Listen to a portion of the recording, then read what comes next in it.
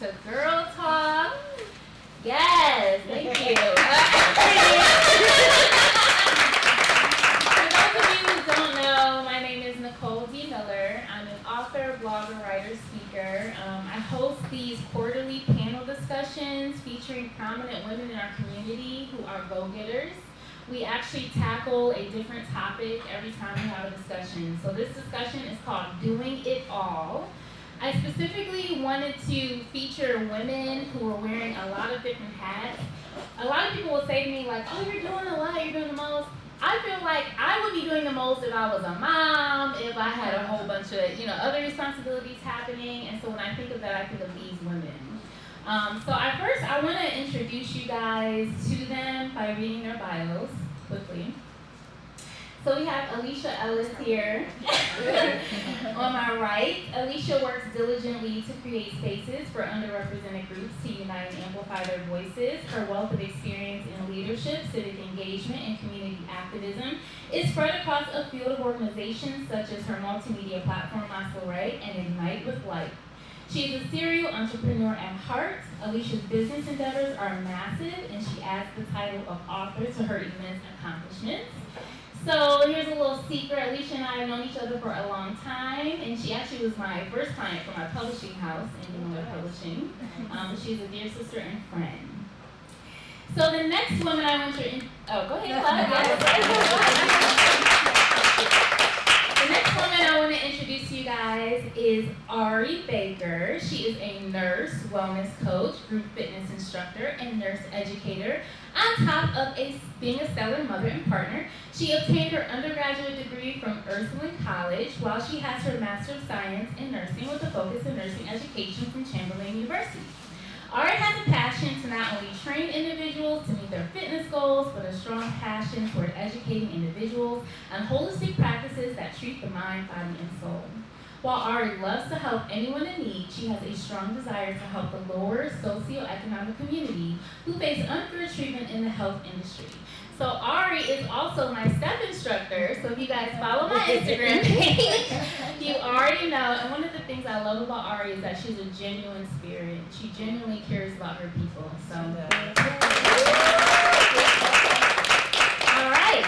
So some of you already know who I'm going to introduce, Micah Dixon. Micah is first and foremost a believer in Christ. Additionally, she wears the hats of mother, daughter, and a speaker of life.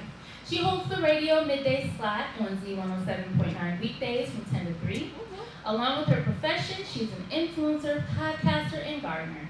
Micah has a heart for people, their mindset, healthy living, and breaking generational curses. Lately, her favorite saying has been, watch your mouth, words carry power, and if you speak it, so it shall be. And I am in awe of Micah because we literally only met a couple months ago, but it was just such a divine connection. Every time I was around her, I just was refreshed and in awe. And she's actually here because we are collaborating with her platform, Group Chat, which I will be passing the mic for them to add more to their, thing. But she'll tell you more about Group Chat. But overall, I'm just refreshed every time I'm in Micah's presence. So thank you for being here.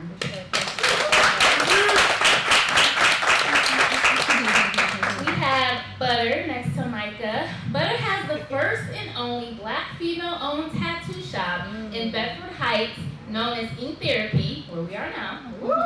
Ink Therapy Studio provides tattoos, piercings, permanent brows, and tooth gems. Butter has had the privilege of being featured on Fox 8 News twice in Channel 3 News. She's provided professional tattoos since 2016 at multiple locations before opening her own tattoo haven. A mother of 3 talented boys who are just as gifted as their mom, she opened in 2021 during the pandemic and has been thriving ever since. So Butter just blessed my soul the very first time we connected. Again, I was just in awe of your spirit and your heart to give and just so into even this, like giving us your space and always being a supporter. So thank you for being you. Thank you. Lastly, we have Corey Sykes. In addition to manifesting book publishing dreams, she's an overall creative who pens children's books and romance novels, 2 of which have hit bestseller lists. When she's not writing or publishing, Corey and YouTube videos and puzzling. And you already know what I'm gonna say, but I'm gonna say it again. So Corey is like the married mom version of me. We have so many things in common, but she's a faith-based book publisher in Cleveland, Ohio. And it was like, whenever we talked, it was so many things that we had went through that were similar, so I knew it was a divine connection. And it confirmed even the part of the purpose that I was in, hearing your story. So thank you, Corey. Thank you so much. All right. So I'm gonna pass the mic. These ladies can share anything extra that they want to share about themselves, and then we're gonna start our conversation. Oh, what do I even share? Let me see. I usually don't feel like it's too much to share. I really just enjoy publishing. I've been publishing books for, I want to say, 4 years now. It was a pandemic project that actually wasn't supposed to be publishing. It was supposed to be a writer's center. And so I had to make what somebody else called a purposeful pivot, and so that's what I did. And it was the best pivot I've ever made because it's something that I could not see myself not doing. Since I started, I've published 7 books on the Write and Vibe imprint. I have 4 more slated for this year and possibly next year, depending on how edits go. And because of that, I'm not currently accepting any other clients, but if you want to hit me up, we can talk afterwards. It's one of the things I will not ever stop talking about. You have to get me to shut up, but that's about it. Yeah. Awesome. I guess I'd just add, thank you for Nicole for creating this space. We've been able to collaborate on multiple things in the city, personal, professional, and obviously spiritual aspects. And I think one of the most powerful things about curating community is the beautiful things that come out of it. Like these type of gatherings and many others that some of us are a part, you kind of see this magic happen when you're in a room with other creators who are open-minded to receiving what God has for us. And so I'm just excited for how this conversation is going to go and meeting everyone in the room. So thank you. And I'll just share, Girl Talk got started a couple of years ago. We were meeting virtually, and one of the things that was on my heart was just struggling and building my brand, building my business. And I felt like I was like, look, use what's in your hand. Like, what's in your hand? And I knew, like, women. Like, I have swarms of women around me, and they're all killing it. So that's really the space that Girl Talk was birthed out of, is bringing all of these amazing women together, and then having this Me Too experience. Because we can be isolated in what we're going through and feel like we're alone, but then we start dialoguing, and it's like, oh, me too, and we can support and edify each other through those conversations. Yeah. I love that. So, hi everybody. Hi. Aside from the radio, I have a partnership with Remy Martin. So I have drinks for you in the back, the Dixie, and a group chat. Group chat live is the event I do once a month. That is for anyone that wants to come and feel safe in the space to have real discussions.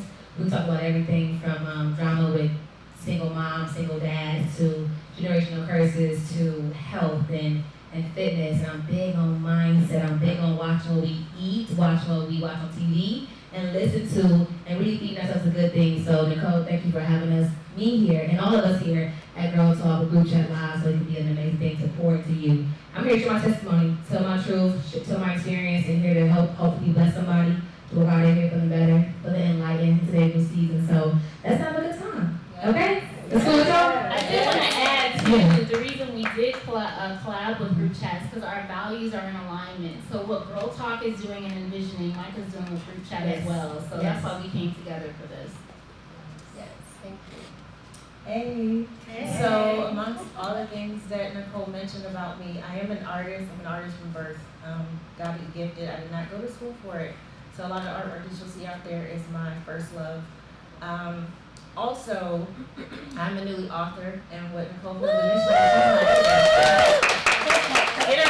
So yes, I do have my book here for sale. It is called Layers of Ink, Breaking Skin. That is my first book. It is my book of spoken word. I do speak very transparently all the time. I'm an open book myself. Yes. I'm a big advocate on mental health and also domestic violence. I'm a victim and also, well, a survivor, a warrior of domestic violence, and I'm also an advocate. So I do offer my space as a safe space. So although I only take appointments here, when I am here, I have an open door policy. If anybody needs a peace of mind, a safe space to come and just rest, if you want to work, I offer that here. So I do give, godly giving therapy to people, not just through my artwork, because that is my gift, to give therapy through my artwork. It's not just about the pieces I draw, it's about the help and love that I pour into people through my creativity and my skill set. So, yeah, that's about it. Hey friends, how you doing? Hey. My name is Ariel Baker, but no one calls me that. Everybody calls me Ari. So again, I'm a nurse educator, but more so than just a nurse educator. I was put here to educate in totality. I am a fitness instructor, but what I really love is seeing the light bulb click on in people's minds when they learn something they were novice about before in the past. So that's what I do. So I do a little bit of everything. I'm a wellness coach. I'm also a big proponent, advocate for autism awareness. I have a beautiful teenage young man who has autism. So if you follow me, I post a lot about him. I post a lot about my STEP classes and post a lot about nursing. But yes, I just like to talk about preventative care within the health and wellness within the African American and lower socioeconomic communities, because really we're out here really having to fight for ourselves. We're in a very small portion within our communities. No one's coming to save us, so we need to save ourselves. So that's what I really love to focus on. Thank you, Nikki. Nikki's my student. I love her. And I love that Ari calls me Nikki. It warms my heart because my mom always called me Nikki, and it's a family name, not very many people do. So I love that. Okay, so here are just a few items for you guys to know. This is a safe space. Although many of us are faith-based, it is a safe space for any belief. It's about us being women and supporting each other and giving space for that.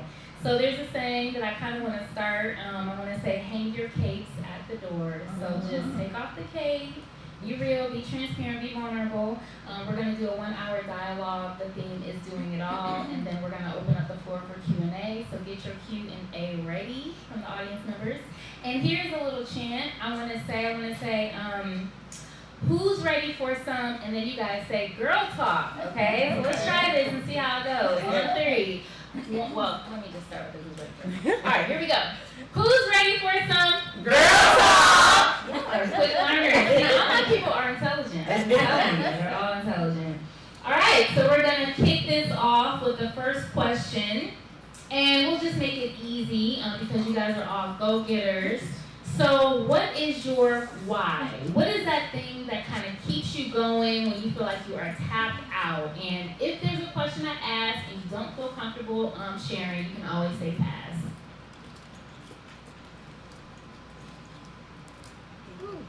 It's about to get warm in here. Ari's ready. Ari be ready. She always got the dime in the gym. Look, I went straight into instructor mode, like check. Sorry, okay, so I have to go ahead and release it because I like it to be formal at first, and then we don't talk like we friends for real. Okay. Yes. So my why changed throughout the years. At first, my why was very selfish. I love having credentials and letters behind my name, right? I like to check things off the list. So I would say, by 25, I need to have this. By 30, I need to have this. 35, I need to be here. A lot of us do that because we feel really good when we can award ourselves with things that make us feel relevant to other people. But my why shifted when I became an instructor, which was I noticed that a lot of people had a void or a deficit in their lives when it came to not just health and wellness, but spiritual awareness. A lot of people were going through the same things that I was going through. I was very, very, very lucky to start my instructor business in 2020 during COVID. I feel like a lot of us had to step out on faith during that time. And when I did that, I realized that being an instructor was really more than someone who just commanded health and wellness. You start becoming people's psychologists on the low, their therapists on the low. And when people who I didn't even know would hit me up in different states saying, because you made this statement in class or because you made a good morning little sunshine, it stopped me from committing suicide or things like that. So my why became more so based on pouring into other people, because I know that sometimes the things I say to encourage myself, other people need it as well. So that's my why, to keep other people going. I love it. Love it.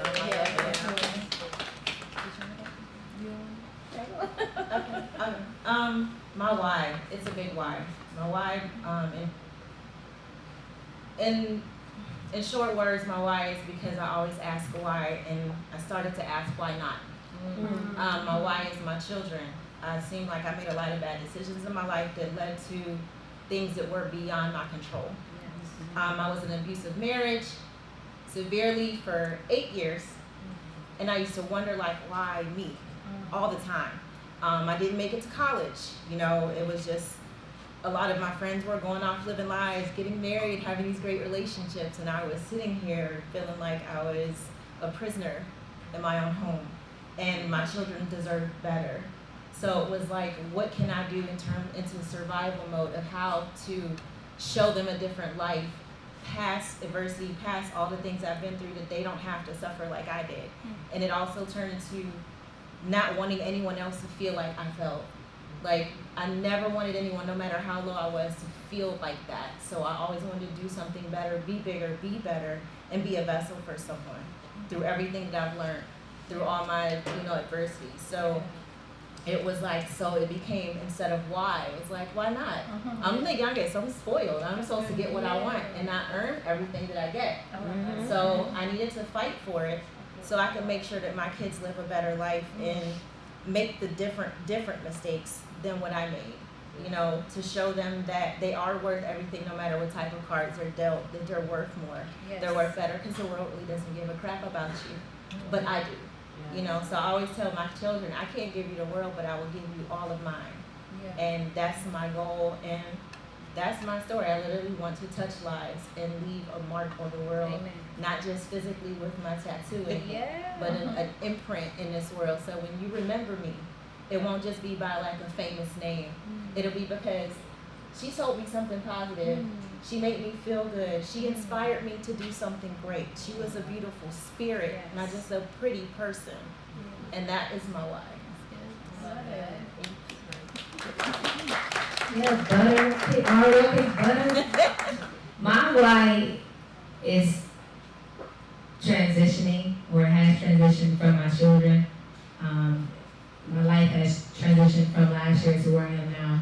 Over the past 2 years, it has changed, and my why was always my kids, and now my why is my assignment, because God knows.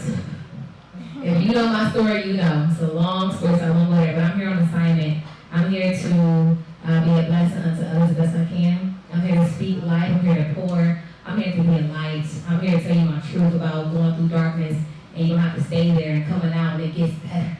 I'm here to share my story, so I always tell God, because I'm a wife too, like, Lord, this is so heavy, why me? Why me? It's like, because you can handle it, and I got you on this, like, but help me to trust you, I don't trust you this season. So my why is just my assignment, being on assignment, being here for assignment. I'm already praying for everyone in the room.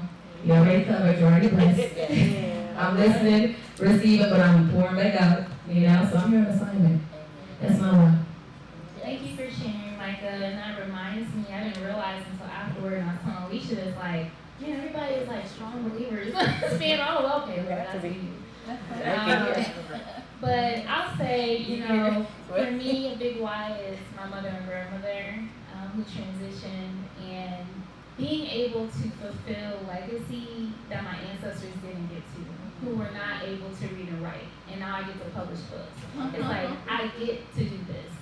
To be a homeowner, to be a business owner. I mean, because of the oppression and the obstacles that were in place and their blood, sweat, and tears that fought for me to have a better opportunity, I wanted to make sure that I capitalized on that, and I don't want to waste my life, which is a spiritual experience too. It's like, I don't want to be at the end of my life and realize I didn't fulfill purpose.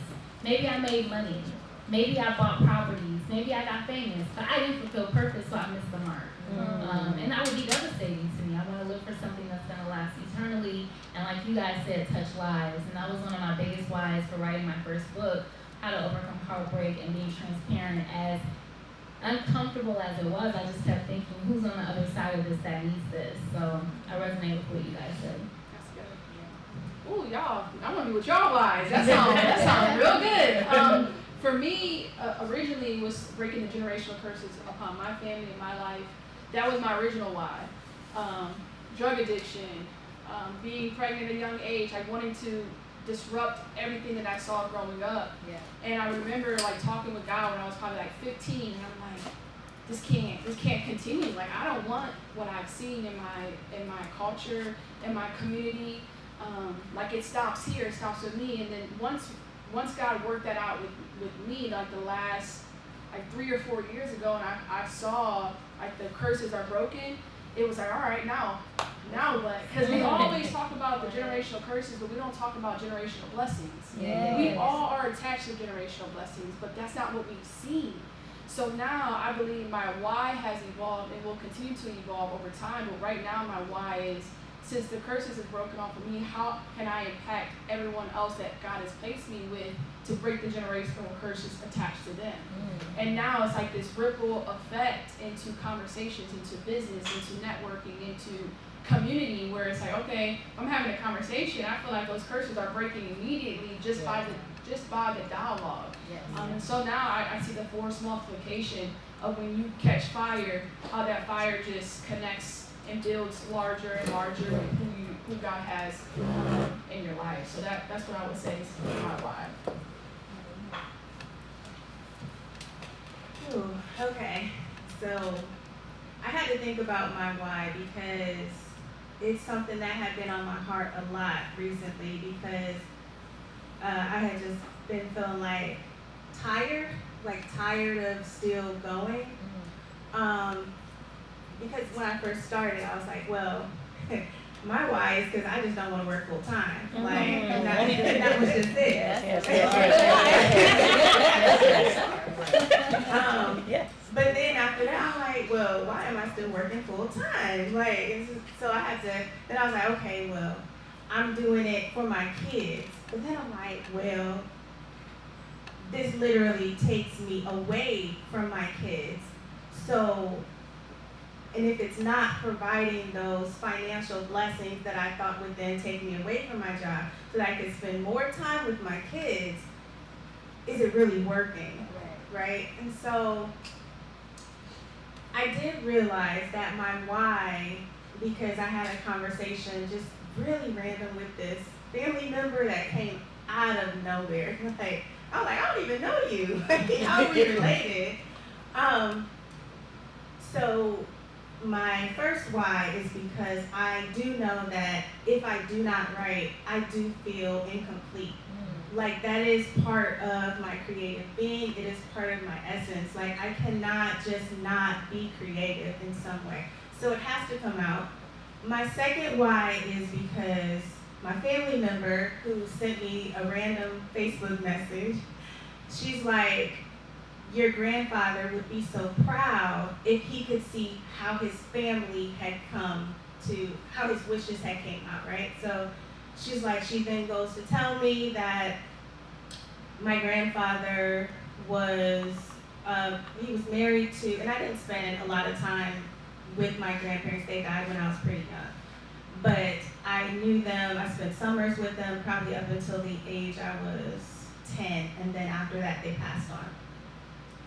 But my grandfather worked 4 jobs. My grandmother worked 2 jobs. And they did that for their 7 kids so that they wouldn't then have to know the struggle. And so if I start thinking back to all the work that the generations have done before me, in order for me to be even able to be like, I'm gonna be a writer, I'm gonna own my own publishing company, I really start to then look at my daughters and look at them like, well, maybe I am actually doing it for them, but just not in the way that I originally thought. I'm doing it in a way so that when they're older, maybe they can be like, well, maybe they're going to be a best-selling author, or maybe they're feeling like, because my mom did this, now I feel confident enough to then do that. So that's my second why. But my third why is there is nothing better than being able to help other people's dreams come true. when my authors are able to hold their book in their hand. Like, I don't cry in front of them, but I do cry thug tears when I get home. I really just being able to be there with them when they look at all the hard work that they've put into it, and it's really like I'm delivering a whole baby to them, like I'm a doctor, you know what I'm saying? But those are a few different whys, but I feel like I really need all of those whys because they are part of just my whole story. Yes. I love that, girl. I'm still, we doctors out here, okay? You ain't just publishing books, we delivering babies. Okay? No degree needed, no, I'm just kidding. Here's the next question. What insight do you have to your purpose and identity, and how did you arrive at those insights? You get deep quick. Read it one more time. What insight do you have to your purpose and identity, and how did you arrive at those insights? Part of my purpose, like I mentioned earlier, was leaving a mark on the world. I learned that going through my ugly dark space. There was a quote. So I was working in the post office for like 9 years. I was in the post office for 9 years before I just walked away, stepped out on faith, right? I was having this breakdown. This was like sort of in the beginning of my postal time. And I was going through, like, I had just got divorced, I was going through a lot of harassment and stalking. It was just ugly, y'all. Like, it was crazy. So I go to work, and I'm like losing it. And I didn't know that my coworker was a pastor. I didn't know that. So I go in the room, and I'm always talking to Tony Lee. I don't know if you guys know Tony Lee. I walked in there, and I was like, Tony, I can't take it. He was like, what is wrong with you? I closed the door. I was just starting bawling, like, I don't know what to do no more. This is crazy. And I was just like, I was at my wit's end. Yeah. And he told me, he said, but he called me Dee Dee. He said, Dee Dee, sometimes God puts you through things that's not always for you. It's not for you. And I was like, what the hell do you mean? Like, what is this right now? Like, I'm losing it. He's like, it's not always for you. And so years later, going through these things and starting doing testimonies and speaking to women and telling my story, I used to be embarrassed about the things that happened to me. Like, this is embarrassing. I don't want to tell anybody, like, tonight I got married. He was like, why did we even do this? I was like, how do you say, It's like, what do you tell people? And so years later, after sharing my story, I had people come up to me and said, I would have never known because of the story you told me. I know I could do it now. Like, I would have never known you've been through this. And I'm sitting here like, girl, you not see this shit? Like, but he was like, so understanding how I just helped someone, I started to see my purpose. The light started getting brighter. It started getting brighter. And I was like, I need to share it. You know what I mean? And the more I started doing more artwork, it started touching people. I started seeing them healing. And then I kept having random strangers tell me, you're a healer. Like, how am I a healer? I'm not a pastor. You know what I mean? I'm a therapist. I'm a godly given, being, gifted, appointed therapist to help people. And so it's my purpose. And it started being brighter. And so I know my purpose. And now I try to do my best to uphold that and live it even, fuller and earn it. So now it has to make me fix myself even more, right? Because you can't help somebody when you are chewed up all the time, right? So you have to start looking in the mirror at yourself. And I did also realize that a lot of things that I was telling people was something I needed to tell myself. Wow. How do you tell somebody how beautiful they are if you don't feel like you're beautiful? You can't sell the product if you're not living it, right? You know what I'm saying? If Ari wasn't working out, how's she gonna tell somebody, get up and work out, child, while I sit here and eat this ice cream? You know what I'm saying? Exactly. Don't she? The legs. So it's like, how do you do that? How do you tell somebody that God has got them if you don't believe?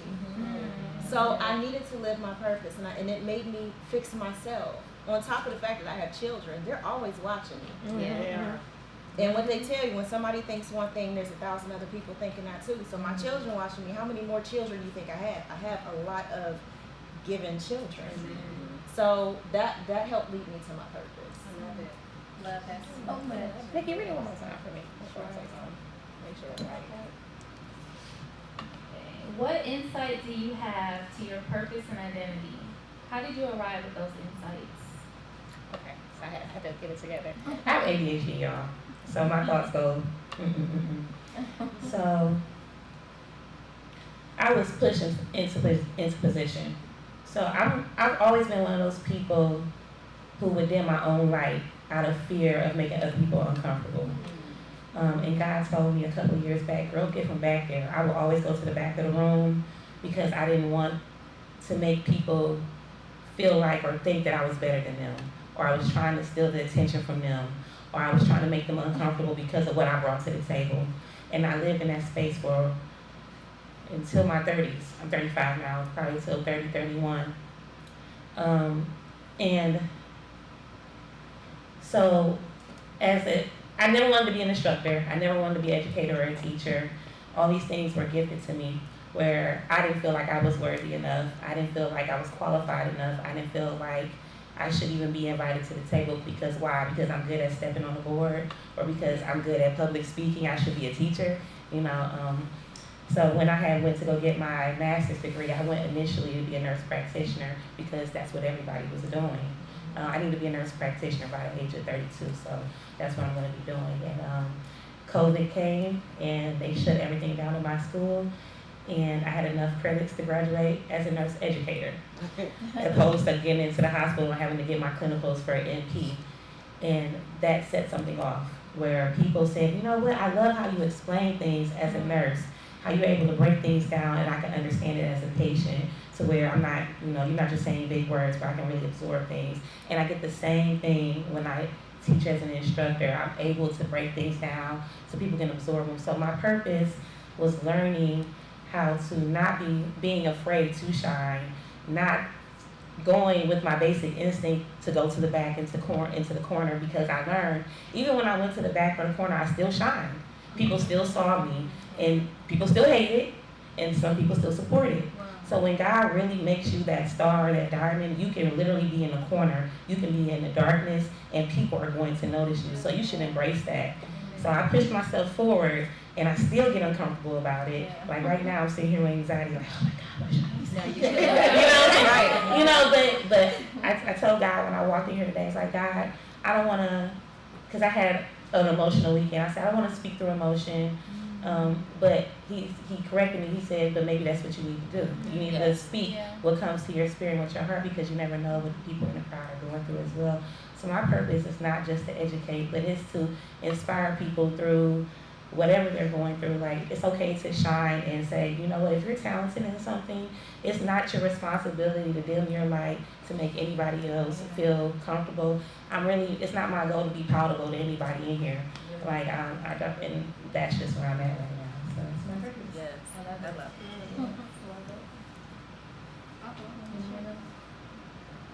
So I think for me, identity comes first. I feel like for a long time I was functioning of what I call false identity, where I was trying to be everything to everyone.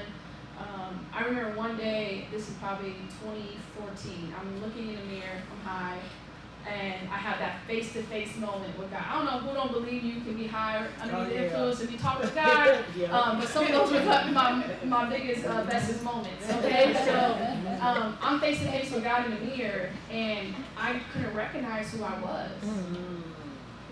And that moment for me is like God was showing me that this is not who I created you to be. This was never my intent. And it was that moment where, from that point, God started peeling back the onion, the layers of like, who am I not?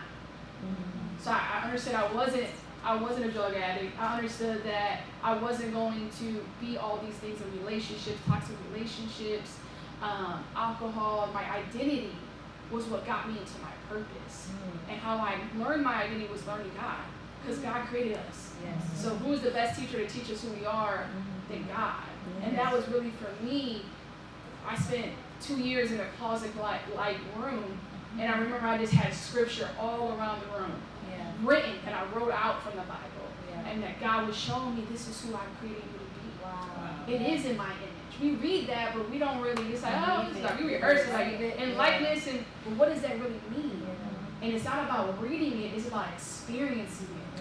It's about that encounter with God so that God can show you who He has created you to be. That's unique. I'm different from we might speak a similar language, but we are so different because we bring a uniqueness that only God can show us in that creation. So from that moment, then it led me to discovering my purpose. And that is many things. I don't believe we have one purpose. I think all of our purpose is to share the testimony of God. That's what we share in common, and that is unique to each of us.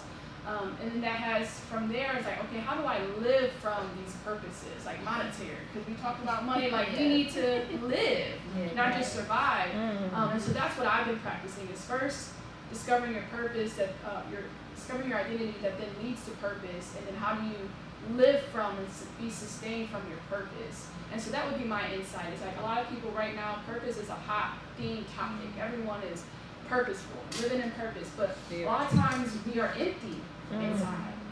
We're still trying to be everything to everyone, and so that identity piece for me is the foundation that then purpose can then manifest and be sustained. You can go in and out of seasons where you give gifts and then you receive those gifts.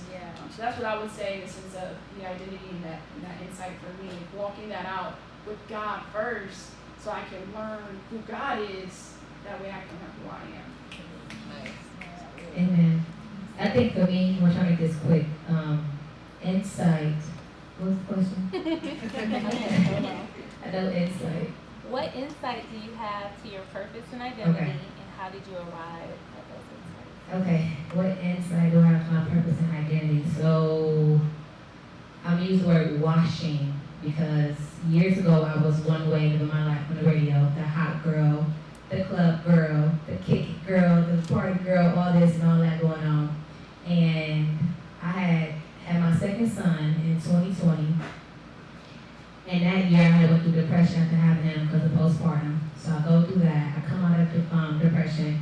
And I knew I was depressed because I was like, when I came out, I was like, oh, I feel light again. So I was depressed.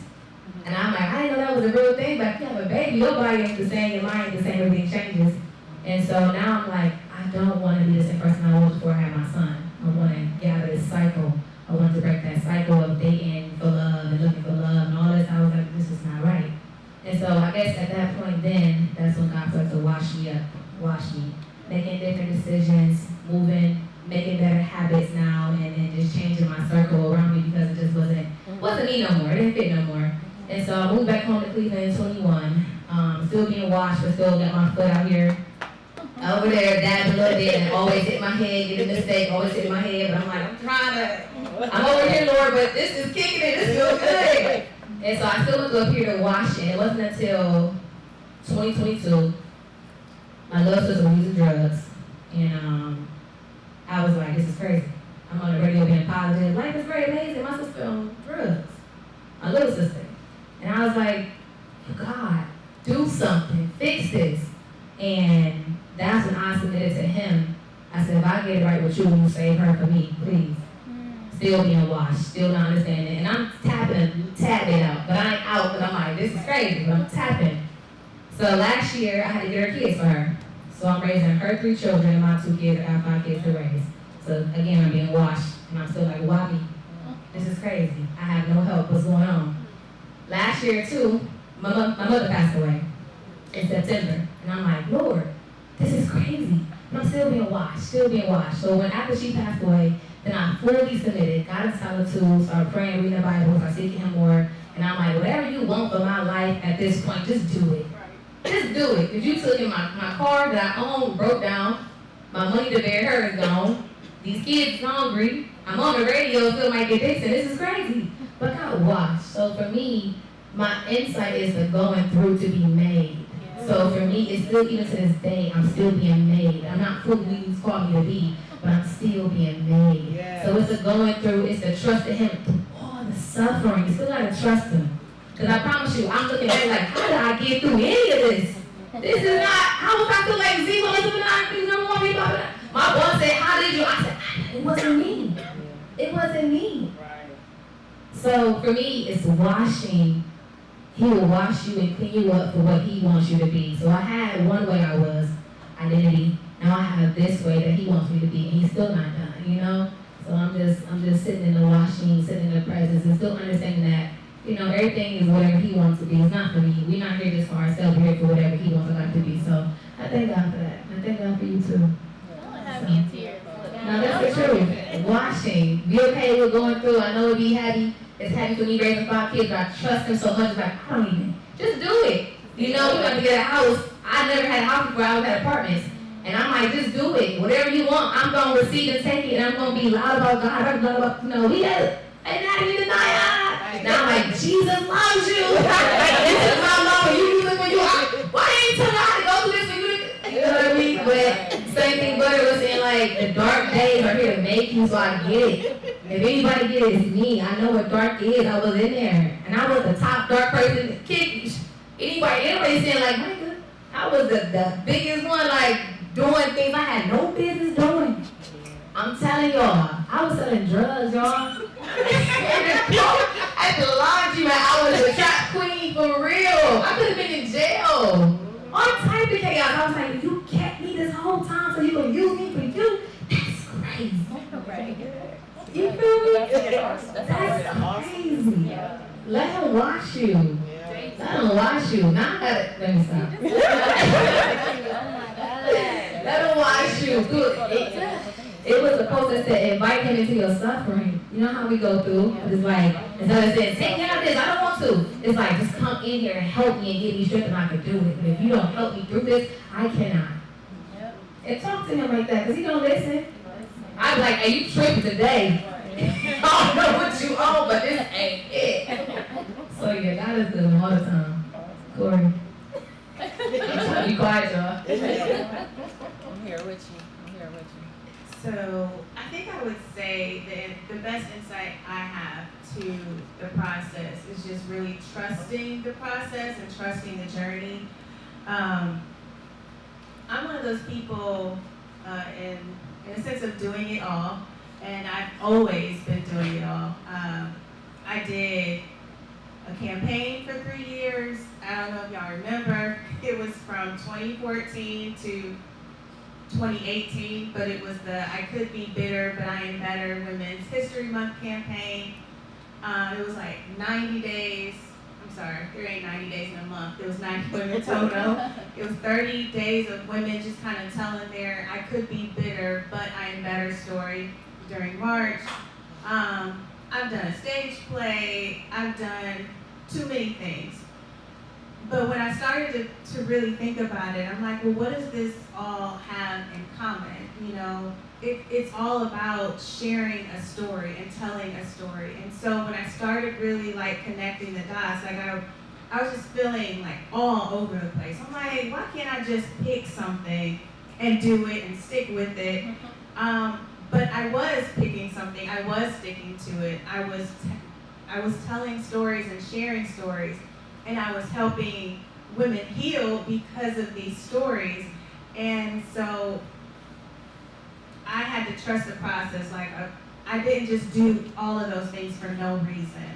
It all is still coming to fruition. I'm still telling my story. I'm still helping other people tell my story. So if you're kind of like just feeling like all over the place, like none of this makes sense, and if you just kind of sit and think about it, it might all be connected. I agree. I definitely agree, Corey, about the process. I think so often people are struggling with knowing who they are, knowing their purpose, feeling like they need to have all the answers at age 25. Especially What if is you're a that go-getter, number? That achiever. 25 number is a thing. Yeah, but it's like when I look at my Stage. journey, every stepping stone was leading to this moment. When I hear everybody's stories, every life experience that you have until the unfolding of you walking in your calling is important. For me, my background was business. I always saw myself as a businesswoman. You could not have told me I was a creative ever. I would laugh in your face. So, but then when I published my second book, or my third book, Stories for the Urban Soul, I had felt God tugging me. And finally, I relented to like, okay, fine, let me see what's on the other side of this. And so even as me and my best friend are on our way to my own book publishing launch party, or my book launch party, I was like, what if this actually works? Like, I'm out here, but I don't know for sure.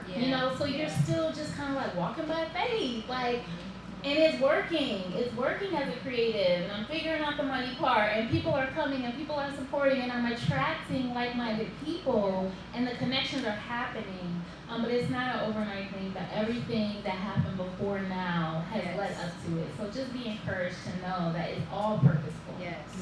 I'll say this too. Another pivotal moment for me was during the pandemic. We talked about that. We were all dealing with grief and loss. I was grieving my mother's passing in 2018, and I was crying out to God, like, what is my purpose? I felt so purposeless. I felt so alone, not knowing that writing really was my purpose. I had already written 2 books, y'all. That's ridiculous. I had written 2 books, still didn't see myself as an author. Like, mindset switch had to happen. But it was in moving forward and writing that it started unfolding. Okay, so we have all of these women doing it all, and this is a recent inspired question. How has doing it all affected your relationships? Do you feel supported? Yes. Okay.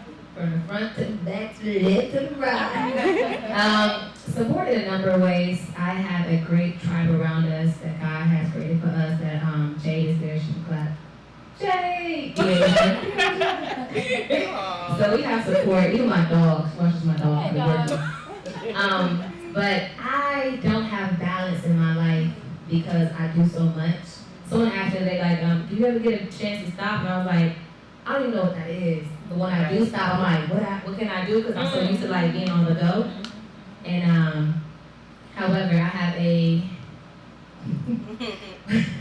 my man. So throughout this whole journey, God has brought me a man that loves me for me, that prays me, that covers me. Doesn't live here in Cleveland, but is intentional when it comes to me and my children. And I couldn't ask for better. And I was like, you saw fit to give me him? That's crazy. But you know, God is good, but supported with my dad. My dad comes over the house, he'll sit there and watch his blocks and play with the kids. Our neighbors will cook for us sometimes. Oh, wow. And yeah, we used to have a village. Neighbors. Yeah, she would, I made meal soup. I made extra. You want some? I'm like, for sure. I got a cook tonight. Thank you. I'll take it. They used to bring us clothes because I had so many kids that couldn't buy everybody clothes. So they bring us the hand-me-downs, like I got shoes that my son don't wear no more, they can have them. So even to this day, I feel supported because my brand is getting bigger and I have so much more to carry. But I told God, if you give me the strength, I'll do it. Give me the right people around me, I'll do it. I have a friend, Alicia. She called me for prayer at noon. Let's pray. And I'm like, I never had a friend that would call me to pray. Okay, but you know, she's like, oh, God, thank you. I'm just like, oh, this is different. But yeah, because God will send you your people. The one thing He gonna do is send you your people. Even when you by yourself, like, I don't have nobody. Just wait. He gonna send you your people that's gonna be there and stick around with you. Even the ones that's with you, that's wanna come up with you, He'll take them up with you too. You know what I mean? And I'm a living testimony. Do y'all hear what I'm telling y'all right now? If He can do it for me, He's gonna do it for you too. So yes, I'm supporting. God got me. I'm just let Him do His thing. I took, my nephew said, let God cook. And that's what I be doing. We not ask questions, but Lord, get that. I 1,000% agree with Micah. Like, that's exactly how it is for me. I know a lot of people have stories like, oh, they was hating on me. They, you know, and nobody wanted me to make it. Everybody don't have that. They're not hating everybody. They just don't belong. They just don't belong with you. They're not hating. I can absolutely 100% wholeheartedly say I do not have a hater story. My support has been handed to me. My circle has been created for me, and as it needs altered, God alters it. Yes. Everything I needed was handed to me just when I needed. Even when I was having nervous breakdown, I get anxiety, y'all. Bad. I can't You hear me? I get anxiety. I'm always worried and I'm always stressed and I have panic attacks often, and I smile through them. You know how Beyonce got that Sasha Fierce up the back? Okay, well, Haditha, which is my name, gets butter. Butter, when she walks in, she's confident as hell. Butter is just like, whatever, this is who I am. Yes, I can do this. Oh, I'm humble still, but it's kind of like, no, I know who I am. Yeah. Haditha's kind of like, oh my God, I got bills due. What the kids gonna eat? Oh my goodness, are they driving somewhere? What's gonna happen tomorrow and 5 years from now? And what is everybody thinking about me? And how do I look? I don't like my body. And am I gonna make it? Is my artwork good enough? Do I stand up to these standards? Like, I'm always in my traffic. My friend calls it traffic. She say, you got traffic right now? Like, close your eyes, because my eyes be like, shit. But honestly, my support system, when it comes to my support system, I believe a lot of my circle friends and family have these high expectations for me, like they wanted for me to be the first millionaire. And I'd be like, what do y'all say? Like, yeah, well, broke as hell over here. But they be like, no, what else you got? What you about to do? Oh, you are like the dopest, and you are like great at this. And I'll be like, who told you that? Like, you see so much, they see so much in me that they're pushing me to be all of them supposed to be. And they see it in me. And so it's absolutely pushing me to my level that I need to go to. And I'm never thinking I do enough yet. Like the way you say, I always feel like you got something to do. You sit still, I'm like, I need a rest day. Oh, this shit, I forgot to do this. And what am I'm sitting on in my bed like, what am I supposed to be doing right now? I know I'm forgetting something, but it's the support system that helps you. And the way you say you have a friend that'll call and pray for you, I'll randomly get a text like, you know, it'll be a scripture, it'll be, you are so beautiful, I'm so proud of you. And I'll be like, who told you that I needed to You see me, what nobody calling me today just when I need it, and then I get this random text of, are you okay? No, are you okay? Now, how was your day? Not the random walk by, hey, how are you? Nobody really wants to hear the answer. It's really like, no, how are you? Is your mental okay? And that's a type of support system. So if there are people rooting for me, they're waiting for me to win higher than I feel like, yeah, I won, like I'm at this level. No, they like, no, baby, you got more to do. I have a circle, and I'm blessed with a circle, because what I prayed for was to touch people's lives and leave an imprint on this world positively. To also be able to have a space to maintain without depending on anyone else to help me maintain it. And then to keep going and be able to uphold the position I was given with my purpose. And by God's grace, I was able to do that thus far. And so, yeah, the circle most definitely does that. It pushes me to do that. And I am most definitely supported. And I will never say that I did this all by myself. Because everybody that I cross paths with, even you, have helped me. So, yeah. No, that's horrible. Oh, you already there. I Uh-huh. should have brought the tissues. I didn't bring the tissues because we wasn't Oh, going yeah, to No, you were here talking before it started. Yeah. Ari's inspired make this me question, you come guys. Drink with towel. Just get a roll out my room. She gonna get some out my room. I was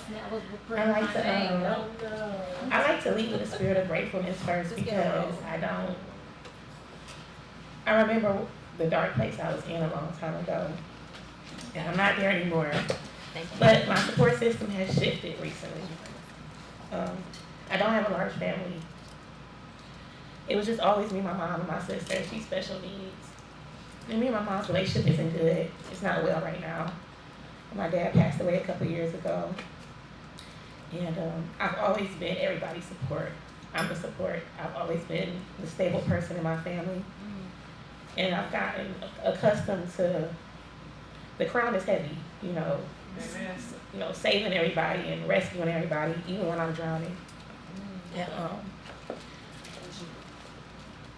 my friends have become my family in the last year. Like I said, I was pushed into position. I never wanted to be an instructor. But like my students have become my friends. And they're the ones I do Thanksgiving with, and they're the ones who I celebrate holidays with and go on trips with, because I don't have a family like that. And I had a couple of close people to me recently break my heart.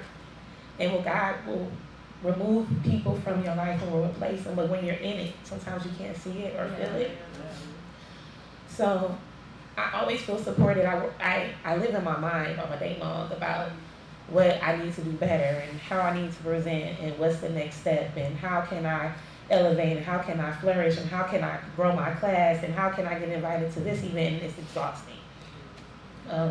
So just recently where I was like, okay, I released, and when you say wash, like God, I just want to be in a position to just put me in whatever position you want me in, because I know if I'm in your hands, that's the safest place to be. So I am very grateful. My classes are thriving. It took a lot of work. It's very hard being a Black female entrepreneur, especially in fitness, when you're not willing to take off all your clothes, and when you're not willing to be promiscuous with men to get that attention, when you're not, it's like when you are set when you set boundaries, people view you a certain way, as mean or hard but really I'm just protecting myself as best as I can.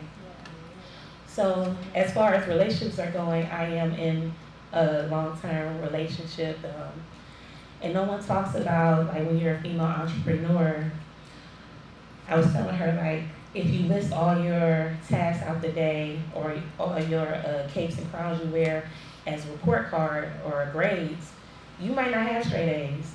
Like, 1 month, I might be an A girlfriend, a B mom, a C instructor, a D nurse, because all I can do is come here and pass meds because I've poured into everybody before I got here.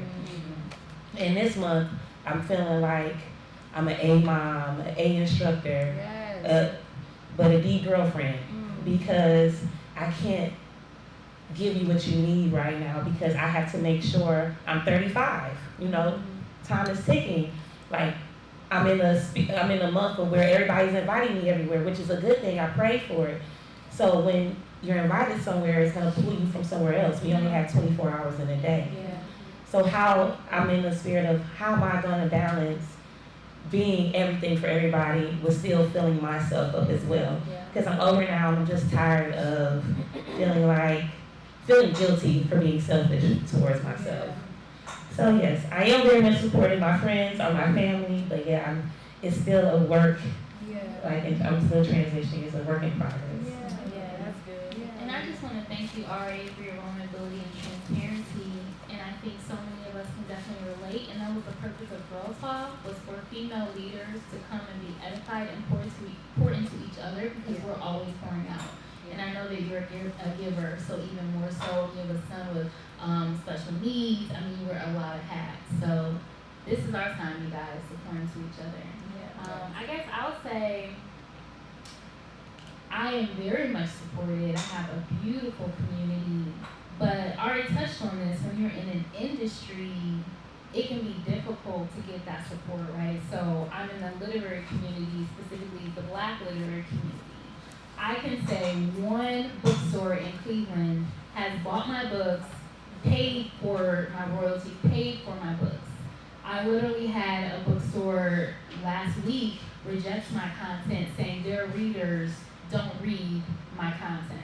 I can only infer it's Black literature, or maybe Black faith-based literature. I have no idea. But I know that God has given me the drive in the community and the support and knowing His calling to push through these barriers, as you're doing, as we're all doing. So it's a both and. I am very much beloved by those who know me. You guys are all here as a result, you know. But in this city, you definitely have to show that you earn your respect, especially in these different industries. So that's been where my grit and my grind has really manifested, to show no, I'm here, this is who I am, I didn't come to play. But it can get weary, you know, and that's why I need my support system in place. So I definitely agree with Nicole on the feeling supported in the literary industry. Just as Black authors, women Black authors, we have to fight so much harder than the other counterparts. I can tell you, I can't tell you how many times on these, Facebook groups, somebody will be like, hey, I'm looking for this kind of recommendation. And everyone will spout out all these books that are written by white people, and not one Black author will be mentioned. And so that trickles over to the bookstores, and so you really have to fight so much harder for yourself and other authors.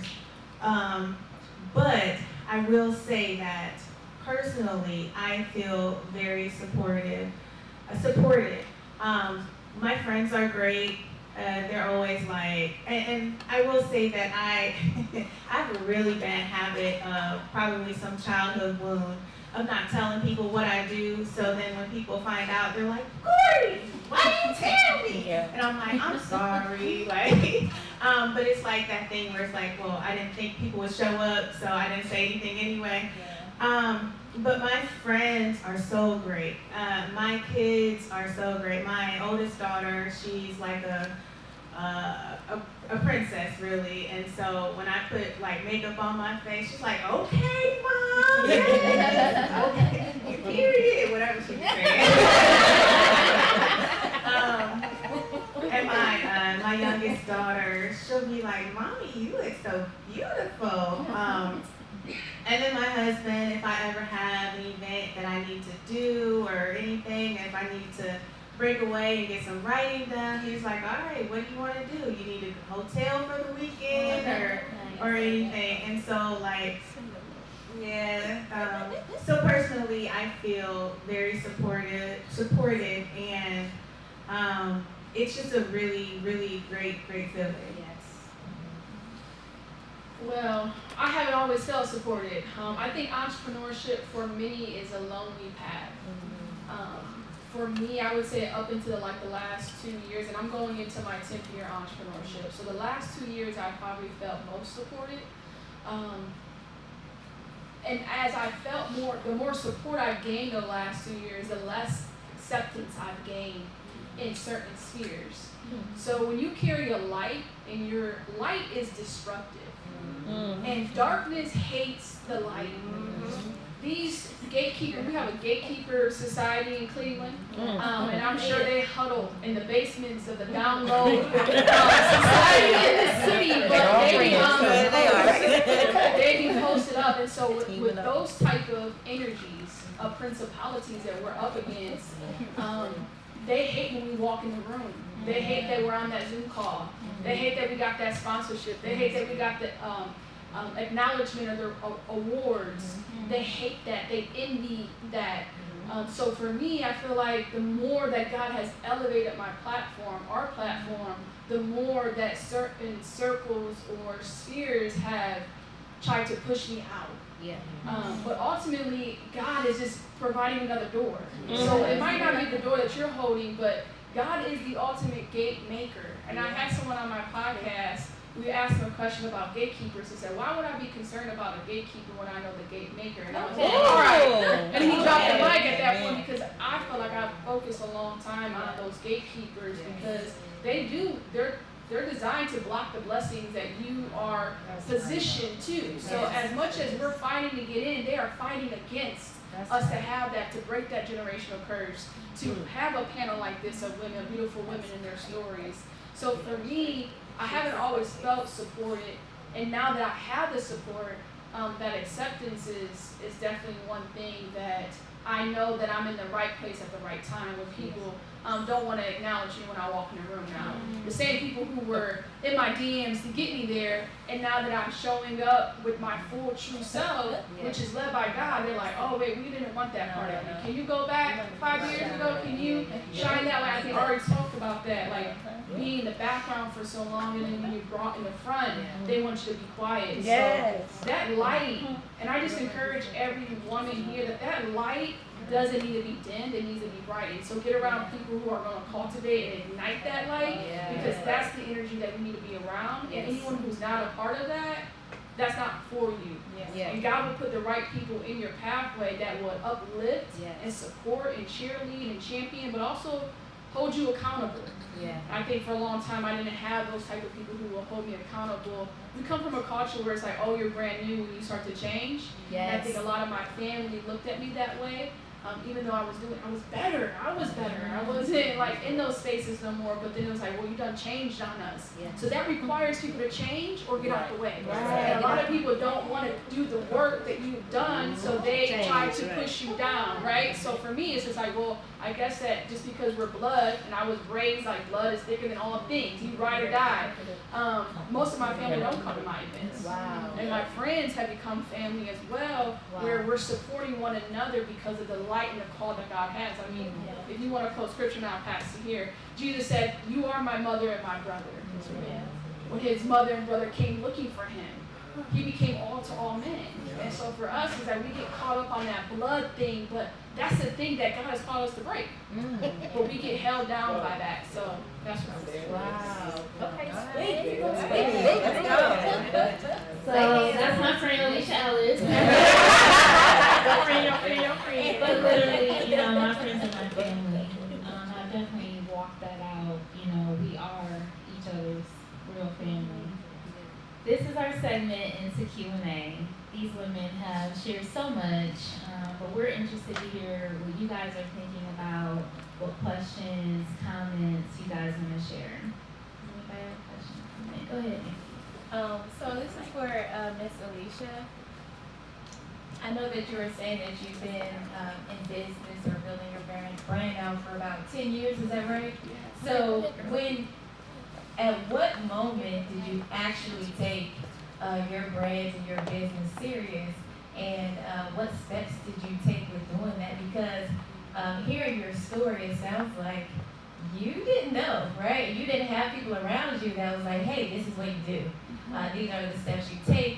You do this, you get the LLC, you get the website, you da-da-da. Like, what steps or what organization did you lean on most for your support in building your brand? Yeah, that's a great question. So for me, my first venture I launched was in 2015, and I co-founded with my mom. I not that I recommend that for anyone. But that first company was around health and wellness. It was taking her story, her and her business partner. My mom's Hispanic, her business partner was African American. It was taking their lived experience through chronic health issues that they were then healed from, and then how to help other minorities take control of their health by using health and wellness, lifestyle changing, spirituality to do that. That's not my story. That was my mom's story. So what I did is I put on the business hat, and I was at that time, I was getting my minor in business. I didn't know nothing about entrepreneurship, let alone how to spell the word. I still get the E and the U mixed up. So I didn't know anything. All I did was hustle. That's what I was raised in. So then I started just got training, went through leadership development training, went through etiquette training, got a great mentor who saw greatness in me, poured into me, and took me out of my environment and showed me this whole world of opportunity, of education that I had no idea. And so it was each moment. So I went through different programs, I went through different accelerators, I went through everything. So by the time I finished my undergrad, I ended up with like 8 to 10 different certifications in other areas, like leadership development, like entrepreneurship, like community development, community engagement, because of the work that we were doing was so multifaceted that I had to do the website. I had to negotiate contracts. I had to market. I had to do everything as my mom and her business partner was the actual talent. And then that led me into, once I did for them, I learned like, oh, well, I have a niche in this. Like, I want to do this for other people as people came to me. And that's when I started my first baby, which was consulting in 2017. That led to other things. But I got involved in everything. I went to every networking event.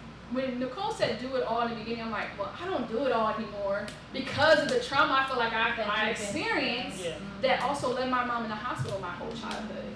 So that status of doing it all really can create a false identity for us because we feel like we have to be all these different people and do it all at the same time. And so I went through a lot of that early on in entrepreneurship to now really seeing what it is I want to do and how it's going to continue to evolve. But yeah, I went through a lot of different programs, and then I became an advocate for other minorities of entrepreneurs.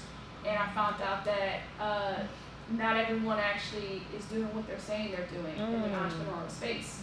So I started holding folks accountable, and that's where I'm saying now not being accepted, but before I was the token. I was Hispanic, I started when I was 22, so I was young, I was a woman. I checked all those boxes that give people money. Grants, I'm talking about millions and millions of dollars that come to these organizations. And when I was quiet and cute and professional, they loved me. And I could go on camera and be polite, and they ate that up. But when I started holding them accountable, like, why is there are more entrepreneurs that look like me in this room? Then it was just like, oh, we didn't tell you to come and do that. You know, so now that work, doing that has now led me to what I'm doing now, which is a lot more advocacy work and being a disruptor at the finest. So there's a lot of different things that we could talk about, different resources, and there's so many, and there's more now than there was 10 years ago, 8 years ago, 5 years ago, because more and more people are speaking up that we need to be investing in people that look like us in this room. Yeah, thank you for sharing that. So yeah, we'll be talking offline for Yes, sure. networking. Can I just also shout out, I'm sorry. I just wanna also shout out the Women's Business Center. Yeah. Yep, in the back. Yeah, they're part of the ECDI. I hear it clapping.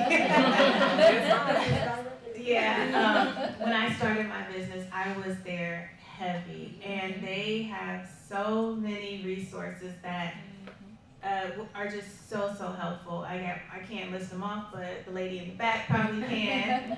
So yes, check them out for sure. Absolutely. Thank you for sharing. Any other questions? Okay, so I have a question. You said the next is doing it all. So I want to know from each and every one of you, like, what do you do for mental clarity? And like, what do you do to turn off? Like you're in bed and you're like, oh my gosh, should I send that email? And you're like, no, it's supposed to be relaxing. You know, like you just throw the phone across the room or something. But I want to know, like, what do you guys do for mental clarity? Well, first and foremost, I take naps every day.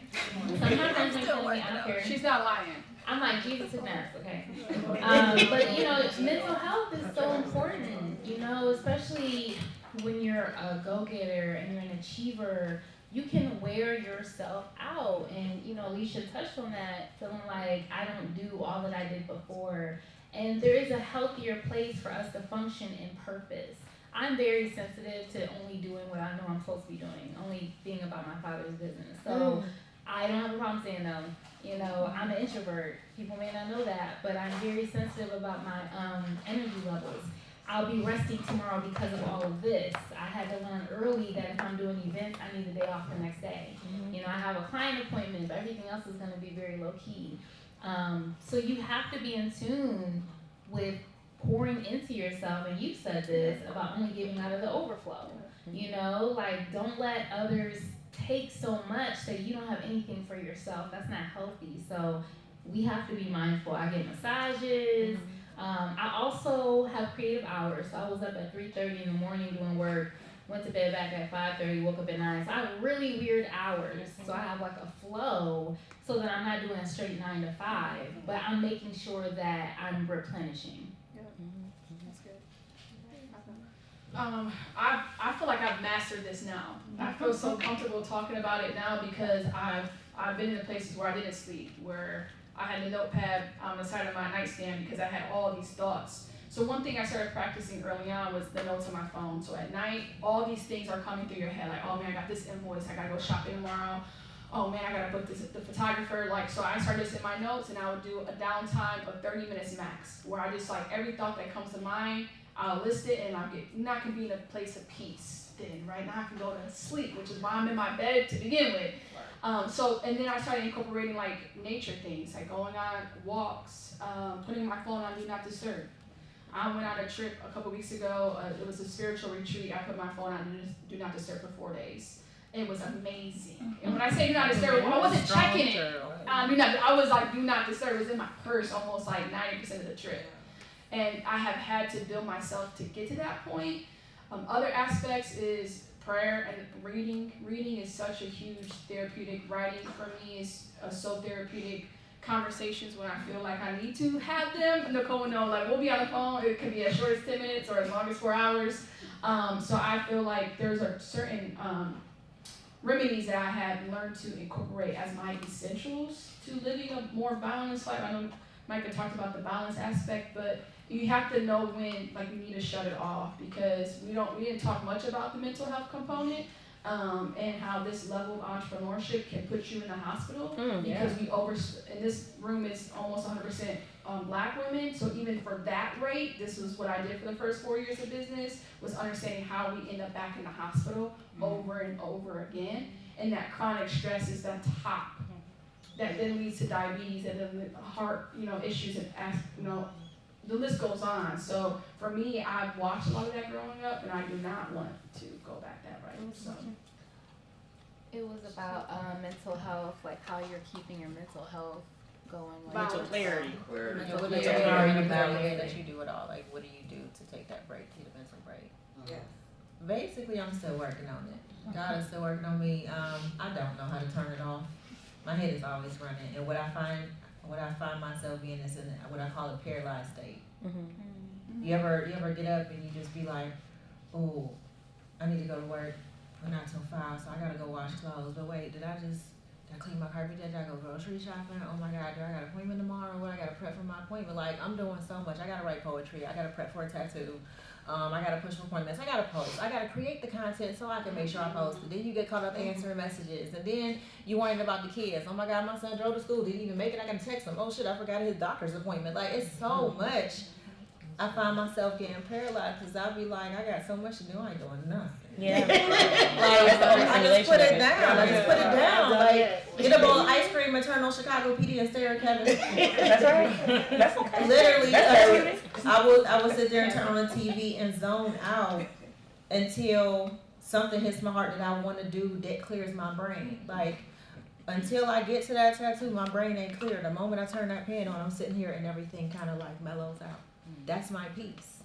So I could draw. I actually pour myself into my skills to find my balance and my peace to let it slow down that traffic I talked about earlier. So sometimes I write. Or the meditation practice that I use is I picture myself doing my own Reiki. I don't know if you guys ever had Reiki before, but it's pretty dope. So I lay down and I picture myself just going from my crown, and I just hit every point of my body, just mentally saying it just dropped, like sink, like the movie when she was like sink. I literally make myself sink. Like, I take my head and I let it get heavy, and that's the only way I can make my body relax. And I hit every point of my body and let it relax. And I just breathe, and then I'll talk to God. And then what I talk to God is, I go through my list of thanks, and there's so many I'll make myself sleepy. Like, thank you for breathing, my health, I got my legs, I got my car, I got my house, my kids is downstairs. I just talk to them, they good, they healthy, they working, finally.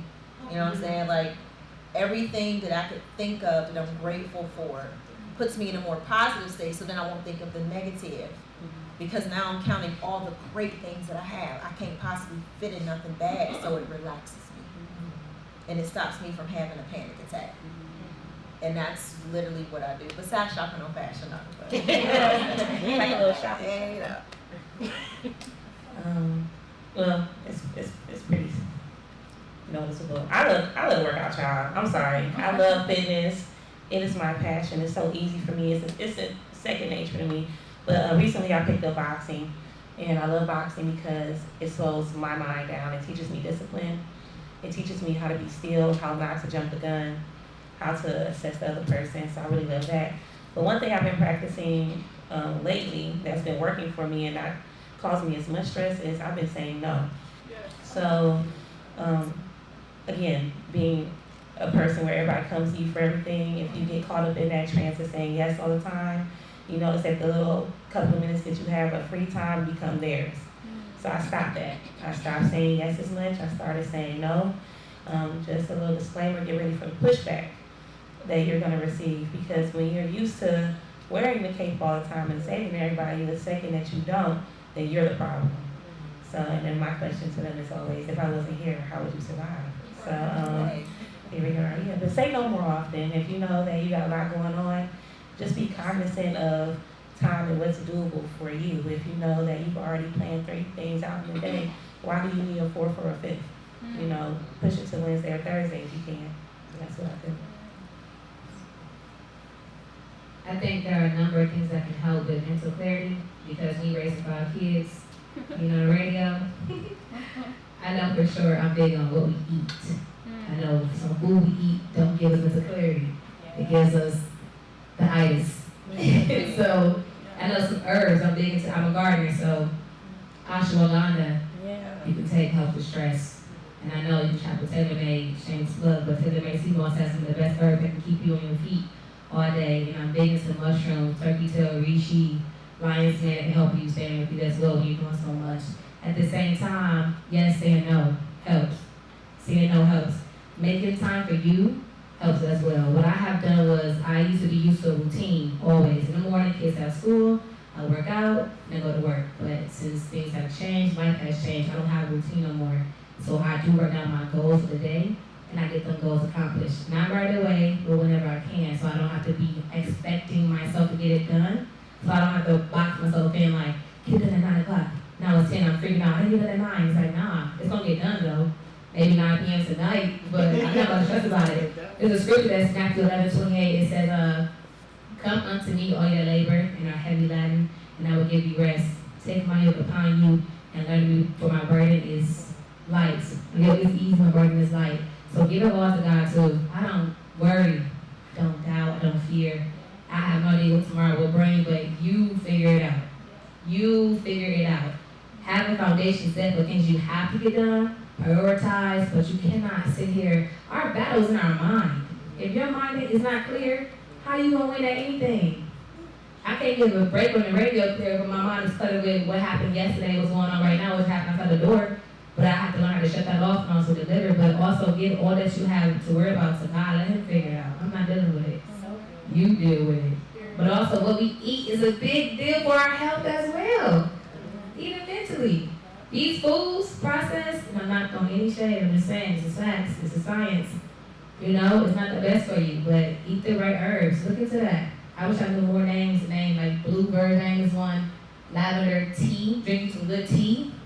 Y'all drink tea in here? Yes. Day and night tea? Okay. I drink mine on an empty stomach because they say the herbs. Yeah. Yes, in your blood, yes. Yes. Yes, drink your tea, take your herbs, take care of your body, and you will have that. And you have to start thinking that you want to have mental clarity. Start seeing yourself have mental clarity, visualize it. We can do that in your mind. See yourself having it and watch you start having it. I didn't even know I could have mental clarity. It's like, but you start seeing it last week, and guess what's happening now? You have it. Sorry. What you see, what you think is who you are. Yeah. If you think you stressed out, you thinking anxiety, you thinking depression, you gotta shift your thinking. I'm big on that. In my mind, I'm winning. In my mind, I'm number one. And the show is number 6 right now, but in my mind, I'm number 1. Cause guess what's gonna happen? Number 1. I'm looking for a house right now. I'm already in the house dancing with my kids. I don't have a house right now, but I'm thinking it already. In my mind, I'm winning. If you can win in your mind, it's gonna manifest into this real world. That's your brain is a tool. It's a muscle. You have to exercise it. I read Rich Dad Poor Dad and said, no mental laziness. No mental laziness. That means force your brain to think good on purpose, even if it's for a minute. 30 seconds. Just think good thoughts for 30 seconds. You can do it.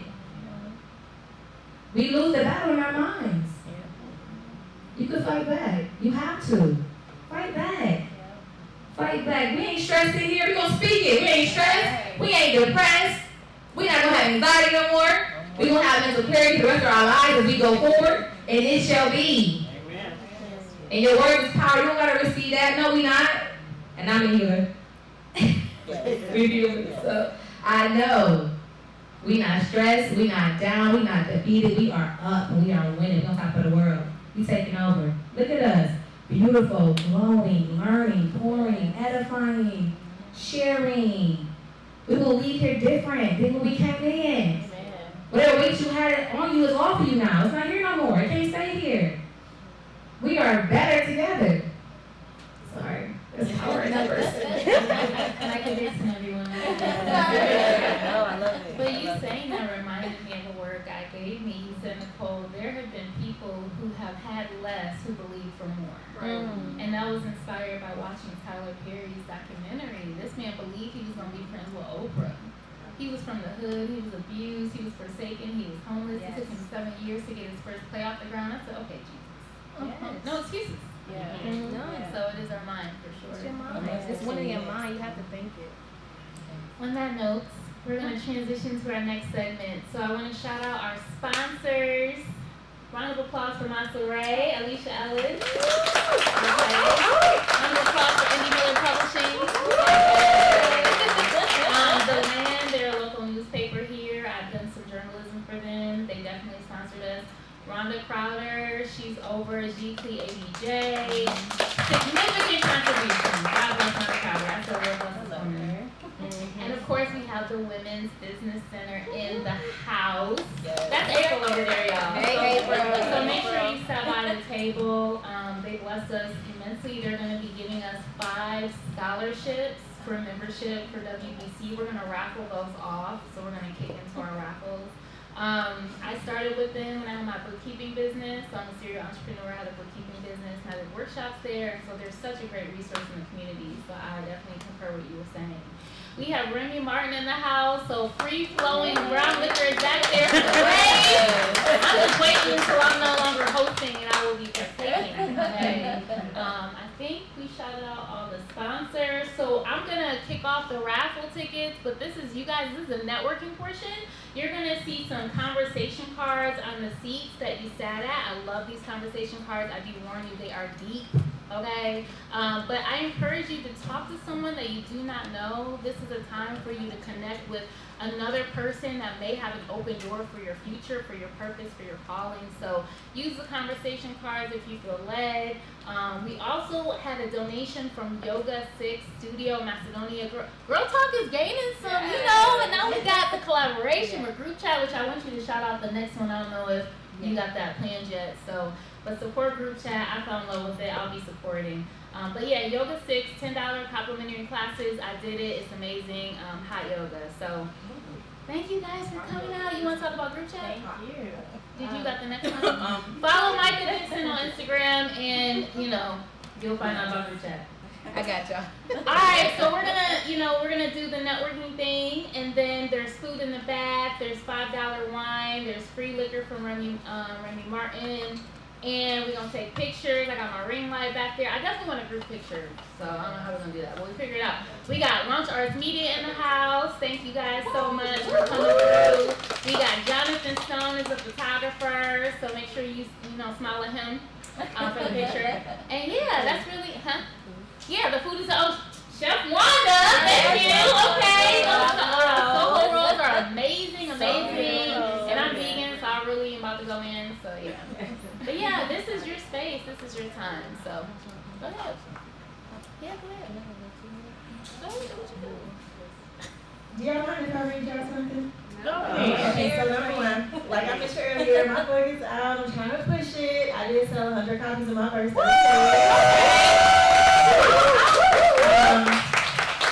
but this one poem that I wrote was sticking out in my head as I was listening to everybody talk. So if you don't mind just reading it, maybe it'll inspire you to see what else I have in my book.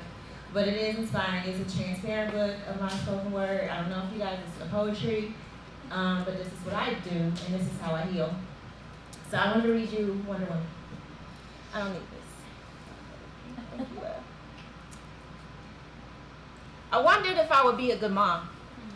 Like, eat your vegetables, clean your room, say please and thank you. You're stronger than the negativity the world tries to force you to consume. I wondered how I managed to single-handedly balance 3 fast-growing athletes on my arm. I wondered how I achieved a doctor's degree in 10 months instead of 10 years of college study. A leading chef by way of sacrifice, creating meals from noodles. A professor without the professional education to guide me. I wonder if blowing out my 16 candles gave me powers I didn't ask to receive. Like taking $50 and turning into 8 bags in one trip carrying groceries. Getting up at 5, prep breakfast at 3, before my chauffeur drive, attend my 9 to 5, coach a game, wipe a few tears, turn on my therapy clock to feed little mental minds, and maybe if I get a little extra time, pick up a little overtime with my child support crafts on the side. I wondered if anybody would notice the bags under my eyes. I wonder if salt stains show through my cape from my cries. I wondered how my strength could be mistaken for weakness to so many, or why my wonder is too intimidating. Is it too much to not be easy and keep you wondering? I wonder how long my battery will last from calls of help I'm responding. No outlet to plug into when my phone needs recharging. How can one take so much from someone willing to give, and while my hands is full of bite marks, continue creating? Rips and tears minute by just strands. How can you fly full of holes and many times no wind? I wonder how many times I could take off my cape before it finds me again.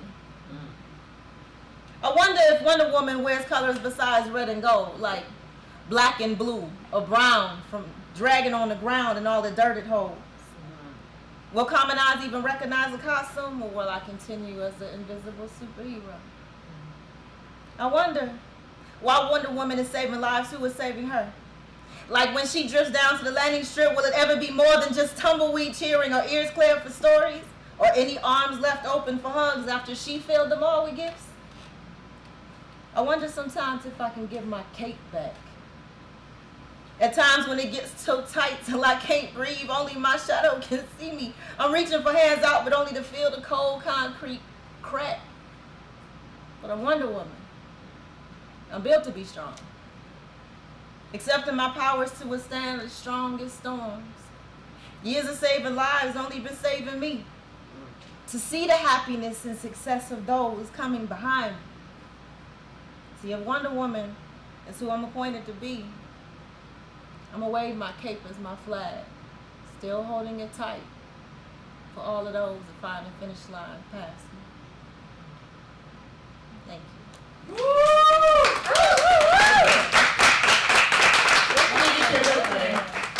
My book is available here. I always have them, or you can go on my site. There is a link in my bio. You can click it and order a book for either pickup or delivery. I do ship out, and the book is only $20. Thank you for sharing. Okay, ladies, it's your time to network. Get to it. Awesome.